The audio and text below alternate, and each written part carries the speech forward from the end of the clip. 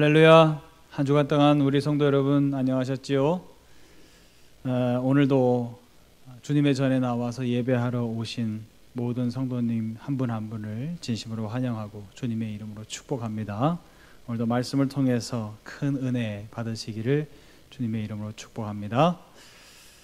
오늘 이스라엘 백성들은요 가데스에 이르게 됩니다. 20장에 가서, 오늘 본문이 이제 20장인데 오늘 이 20장에서 모세의 형인 아론도 죽고, 그리고 모세의 누이인 미리암도 죽게 됩니다. 오늘을 기점으로 해서 사실은 본격적으로 이스라엘 백성들이 정복 전쟁을 시작을 합니다.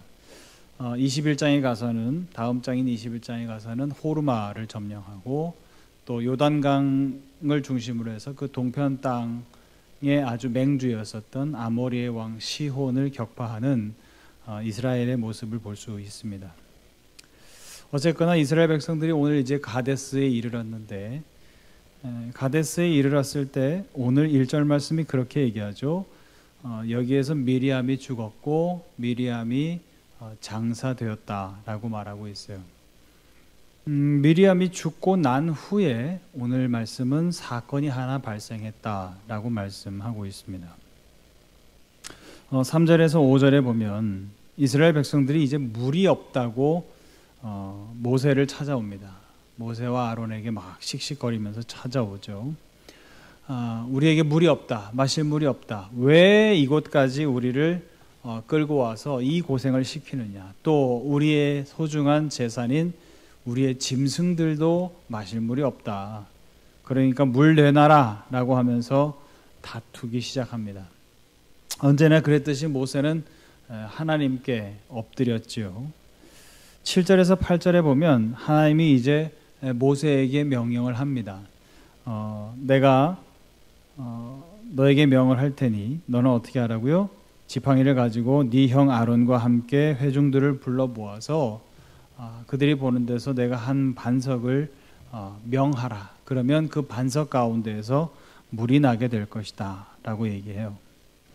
하나님의 명령을 듣고 모세가 이제 지팡이를 잡고 이제 그 반석 앞으로 갑니다. 그리고 난 다음에 모세가 뭐라고 얘기하느냐, 이 반역의 물이더라 라고 얘기하죠. 10절에 보면 이 반역한 너희여 들으라 라고 하면서, 우리가, 여기서 우리가는 누구죠? 모세와 아론이죠. 우리가 너희를 위하여 이 반석에서 물을 내랴 라고 하면서 반석을 2번 내리쳤다 그랬어요. 내리친 그곳에서 물이 많이 솟았고요. 그리고 이스라엘 백성들이 다 마시우고, 그리고 그 짐승들도 다 그 물을 마셨다라고 했습니다. 어찌 보면 하나님의 명령대로 모세는 그대로 순종을 했고, 그리고 반석에서 물을 내서 이스라엘 백성들이 다 마셨고, 또 짐승들도 다 마셨으니까 모두가 좋은 해피엔딩 같은데, 하나님께서는 오늘 이 사건을 겪고 난 다음에 모세에게 그렇게 말씀하세요. 12절에 그렇게 말씀하죠. 너희가 나를 믿지 아니하고 이스라엘 자손의 목전에서 내 거룩함을 나타내지 아니한 고로 너희는 이 회중을 내가 그들에게 준 땅으로 인도하여 드리지 못하리라, 그렇게 말씀하세요. 다른 말로 하면 모세, 너는 가나안 땅에 못 들어간다 라고 말씀하시는 것이죠. 좀 너무 한 것 같아요. 하나님이 좀 너무하신 것 같아요. 모세에게 있어서 사실은 이것은 평생의 수건 사업이에요. 우리 조상들로부터 하나님께서 약속하셨던 그 가나안 땅, 그 땅이 정말 실제로 존재할까라고 하는 의구심마저 들던 시절이 있었습니다. 그런데 점점 시간이 지나면서 하나님을 향한 신뢰가 쌓였고, 이 오랜 세월이 거쳐서 우리의 잘못으로 말미암아 오랜 세월이 걸리긴 했지만 이제 다시 가데스, 정탐을 시작했었던 그 장소로 지금 돌아왔어요. 드디어 이제 가나안 땅에 코앞이 관문인데 들어가면 됩니다. 그런데 여기에서 바로 들어가기 이 직전인 이 상황에서 모세에게 하나님께서 어떻게 보면 사형 선고를 내리신 거나 마찬가지예요. 너 가나안 땅에 못 들어간다, 그렇게 말씀하시는 것이죠. 저는 오늘 이 본문 말씀을 가지고 왜 하나님께서 이렇게 조처를 하셨을까? 그리고 이렇게 조처를 취하신 하나님의 말씀의 배경에는 어떠한 것들이 있는가라고 하는 것을 여러분들과 함께 한 두 가지 정도로 나눠보려고 합니다. 첫 번째는요, 우리는 어떤 상황에서도 하나님의 거룩을 드러내야 되는 사명이 있는 존재들이다라고 하는 점입니다. 여러분 12절에서 13절 말씀 우리 같이 한번 읽어보죠. 12절에서 13절 시작. 여호와께서 모세와 아론에게 이르시되 너희가 나를 믿지 아니하고 이스라엘 자손의 목전에서 내 거룩함을 나타내지 아니한 고로 너희는 이 회중을 내가 그들에게 준 땅으로 인도하여 드리지 못하리라 하시니라. 이스라엘 자손이 여호와와 다투었으므로 이를 무리바 무리라 하니라. 여호와께서 그들 중에서 그 거룩함을 나타내셨더라. 아멘. 공식 석상에서, 다시 말하면 이스라엘 목전에서 내 거룩함을 드러내지 못했다라고 하나님께서 평가를 하셨어요. 다시 말하면 공식 석상에서 그렇게 했다는 것이죠. 혹시 모르겠어요. 개인적으로 하나님과 모세가 독대하는 자리에서 모세가 이렇게 반석을 2번 내리치는 혈기를 냈었다라고 한다면, 그러면 또 나중에 뒷이야기는 어떻게 됐을지 모르겠습니다. 그런데 하나님께서 오늘 공식적으로 평가를 내놓은 것이 무엇이냐? 이스라엘 목전에서, 공식 석상에서 모세, 내가 하나님의 거룩함을 드러내지 않았다라고 하는 점입니다. 그동안 모세가 여기까지 오기까지 모세가 이러한 혈기내는 모습이 있었는가? 공식적인 석상에서 모세가 이렇게 혈기를 냈었던 적이 있었던가? 라고 하는 것을 생각해 보면 그렇지 않은 것 같아요. 특별히 뭔가 모세가 아주 큰 혈기를 냈었던 적은 없었던 것 같습니다. 그렇다고 한다면 또 혹시나 모세가 정말로 혈기를 냈었다라고 한다면 하나님께서 먼저 구지람을 하셨었겠죠. 그런데 오늘 이 민수기 20장에 올 때까지 모세는 한 번도 하나님께 그 문제로 말미암아서 소환된 적이 한 번도 없어요. 그렇다고 한다면 오늘 이 사건이 단 한 번이에요. 모세가 딱 한 번 이렇게 했을 뿐입니다. 그리고 조금 본문을 좀 더 깊이 보면 모세도 나름대로 사정이 있어요.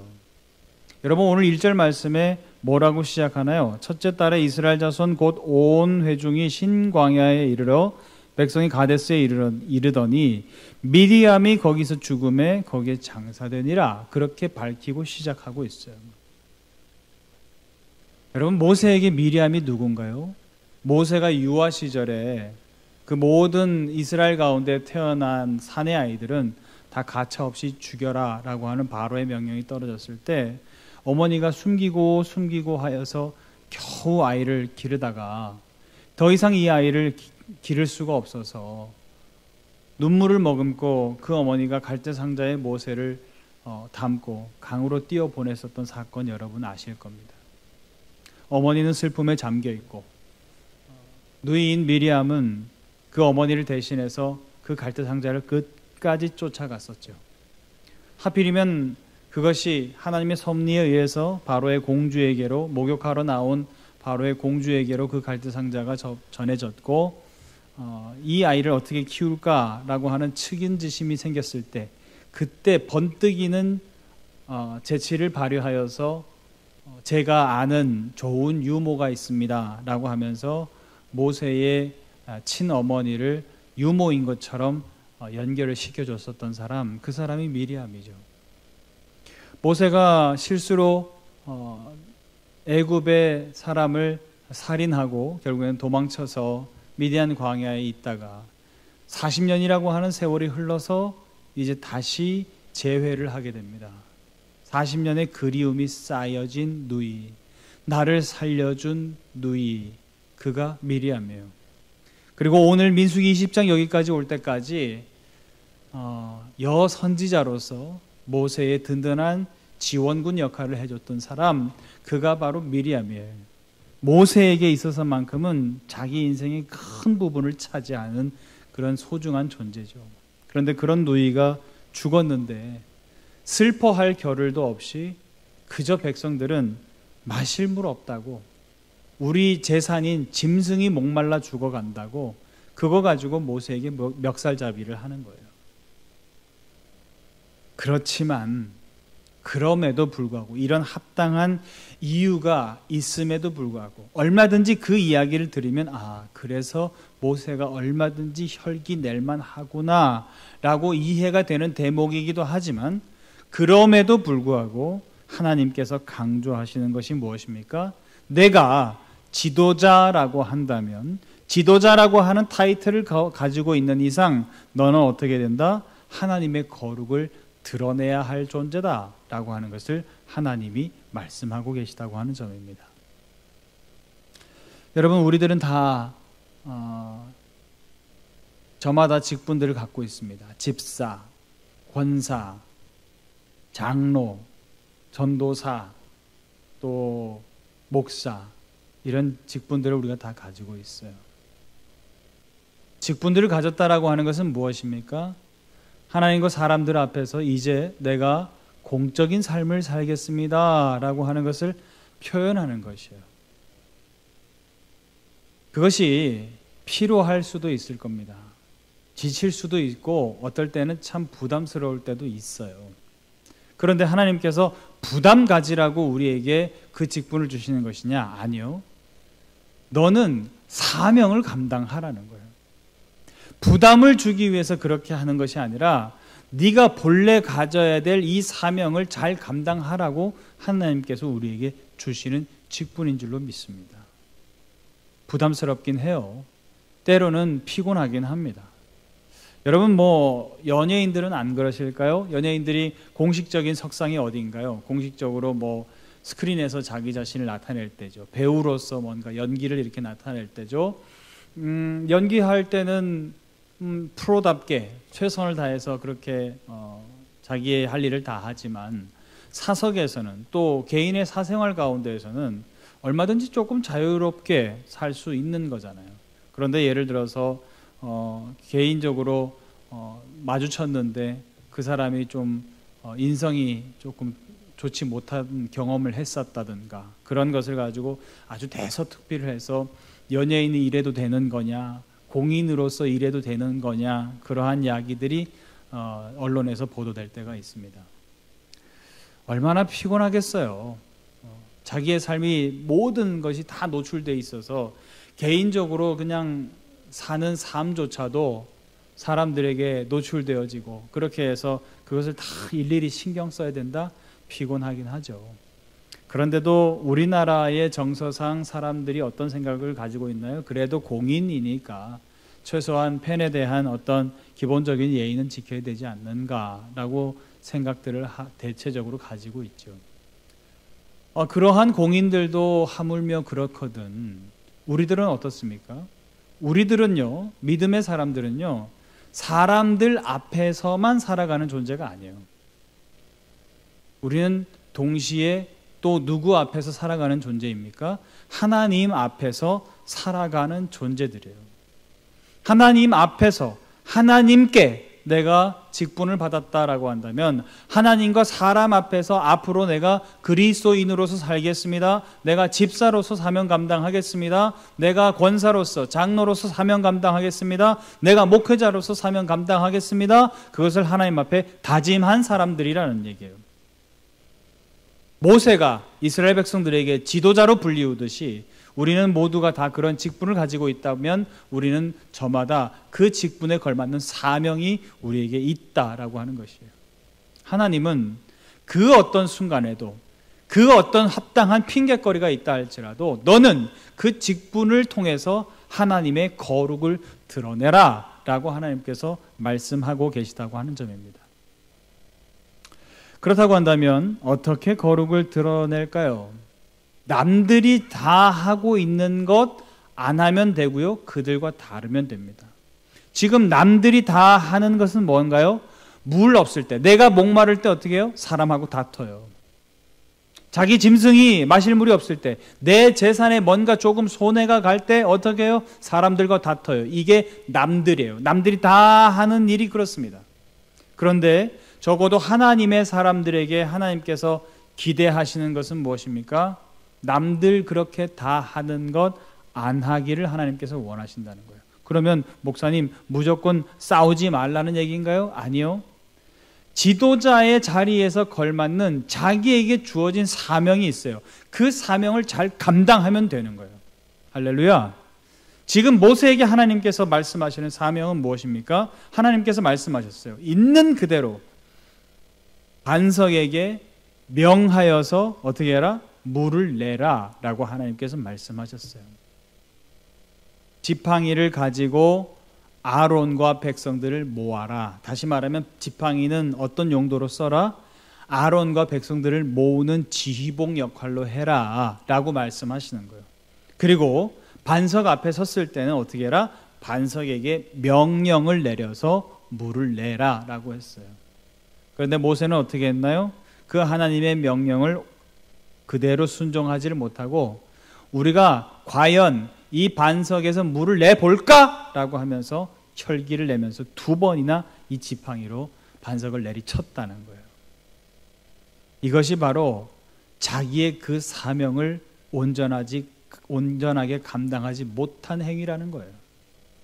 하나님이 말씀하신 그대로 받고 그 말씀을 있는 그대로 받아들이고 그 말씀대로 순종하는 것, 이것이 지금 모세에게 주어진 사명입니다. 그런데 그 사명을 잘 감당하지 못함으로 말미암아서 하나님의 거룩을 드러내지 못했다는 거예요. 그런데요, 오늘 하나님은 어떻게 하셨어요?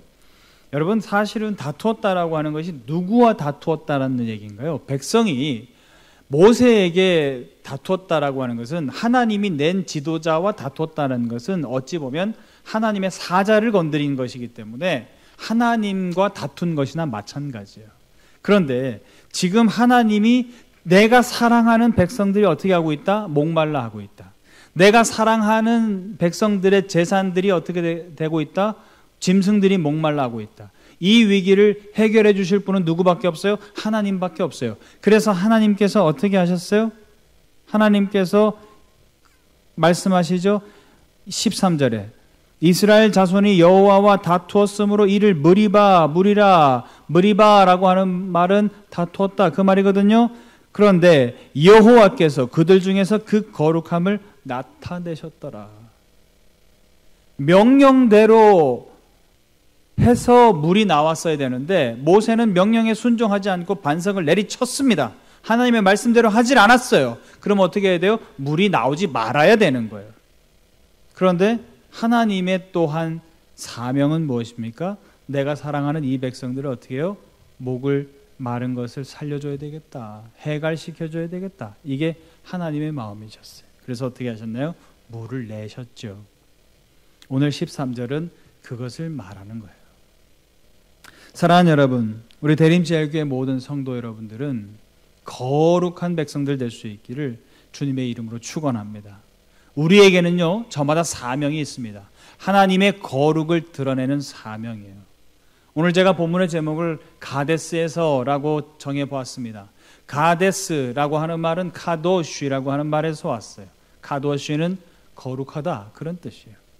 가데스에서 무엇을 드러내라? 카도쉬를 드러내라. 가데스에 갔으면 거룩을 드러내라 라고 하나님께서 말씀하시는 것이죠. 우리는요, 저마다 삶의 자리가 있습니다. 그곳이 어디가 되든지 그곳은 다 영적으로는 가데스입니다. 그곳에서 우리는 저마다 하나님께 받았었던 명령들이 있죠. 그 명령을 자기가 처한 상황 가운데서 최선을 다해서 순종할 때 그것이 바로 사명 감당하는 모습이고 그것이 바로 하나님 앞에서 거룩을 드러내는 모습이라고 하는 것입니다. 우리 대림제일교회 모든 성도님들은 교회에서뿐만이 아니라 세상 바깥에서 나가 살 때의 우리의 모든 삶의 자리인 가데스에서 하나님의 카도시, 거룩을 드러낼 수 있는 저와 여러분들이 다 될 수 있기를 주님의 이름으로 축원합니다. 아무리 합당한 이유가 있어도, 아무리 저마다 힘든 사정들이 있다 할지라도 그 어떤 순간에도 하나님의 거룩을 다 드러내실 수 있는 저와 여러분들이 될 수 있기를 주님의 이름으로 축원합니다. 두 번째 우리가 생각해 볼 것은요, 역사는 반복된다라고 하는 점입니다. 여러분, 느리바 다투었다라고 하는 이 느리바 물 사건은요, 사실은 오늘 민수기 20장에 나오는 이야기가 처음이 아닙니다. 이미 출애굽기 17장에서도 이와 똑같은 문제를 이스라엘 백성들은 겪었어요. 그때도 똑같이 물이 없다, 왜 우리를 여기까지 인도했냐, 왜 사람도 힘들게 하고 왜 짐승들도 죽게 하느냐라고 하면서 백성들이 다투었어요. 그래서 그때 이미 한번 경험을 했었던 사건이에요. 그런데 오늘 그 똑같은 사건이 다시 반복되고 있다라고 하는 점입니다. 더군다나 민수기 20장의 이 백성들은 출애굽기 17장에서 겪었었던 느리바 물 사건을 겪었었던 이들과 다른 사람들입니다. 왜죠? 첫 번째 가데스에서 느리바 물 사건을 경험했었던 출애굽기 17장의 백성들은 누군가요? 네, 출애굽한 백성들이에요. 그런데 이스라엘 백성들이 40여 년의 세월이 흐르고 난 다음에 그 출애굽한 세대들은 어떻게 했나요? 하나님 앞에 불순종하고 불평하고 원망함으로 인해서 다 광야에서 죽임을 당했습니다. 그리고 다시 오늘 40여 년이 흘러서 이 가데스에 도착한 이 백성들은 누군가요? 네, 광야에서 태어난 세대들이에요. 다시 말하면 이 사람들은 애굽을 경험해 보지 않은 사람들입니다. 그런데 그런 그들이 지금 뭐라 그래요? 왜 우리를 인도해 냈느냐, 그렇게 얘기해요. 이거 참 기가 막힐 노릇이에요. 그들이 언제 애굽을 경험했다고 왜 우리를 애굽에서 인도해 내었냐, 그렇게 얘기하고 있는 거예요. 그리고 자기 조상들이 그렇게 했었던 것처럼 출애굽기 17장에서 얘기했었던 것처럼 왜 우리를 인도해 냈느냐, 왜 이 백성들을 힘들게 하느냐, 왜 우리의 짐승들에게 마실 물이 없게 하느냐 라고 했었던 것 같이 똑같은 말을 모세에게 그대로 내놓고 있어요. 참 기가 막히죠? 그들의 부모 세대가 불평하고 원망해서 죽임 당했었던 사건을 지금까지 오면서 누누이 겪었고 다 경험했어요. 그런데 그들의 그 부모들의 세대가 해결하지 못했었던 그 사건, 원망과 불평, 그리고 조금만 어려움이 있을 때마다 하나님을 원망하는 그 행동, 그것이 해결되지 아니하니까 어떻게 됐나요? 오늘 40여 년이라고 하는 시간이 흐른 뒤에도 그대로 반복되죠. 그리고 똑같은 위기가 그들에게 찾아온다라고 하는 거예요. 사랑하는 여러분, 역사는 반복됩니다. 중요한 것은 뭔가요? 똑같은 역사가 반복될 때, 좋은 역사가 반복되는 것은 그냥 누리기만 하면 됩니다. 그러나 위기의 역사가 다시 반복될 때는 어떻게 해야 되나요? 앞전에서의 위기를 타산지석으로 삼아야 되겠죠. 무엇이 문제였을까? 무엇이 실수였을까? 무엇이 잘못이었을까? 라고 하는 것을 깊이 생각하고 분석해서 하나님, 우리가 이러이러한 것들 잘못했습니다. 하나님, 다시 똑같은 문제가 우리에게 올 때는 이 문제 반드시 해결하겠습니다 라고 하는 대비가 되어 있었어야 하죠. 그러나 안타깝게도 오늘 이스라엘 백성들은 부모들의 세대로부터 이것을 전수받지 못했다라고 하는 것입니다. 이 자리를 그저 피하기만 하면 될 거야, 지나가기만 하면 될 거야 라고 생각하시는 분들이 있어요. 아니요, 그렇지 않습니다.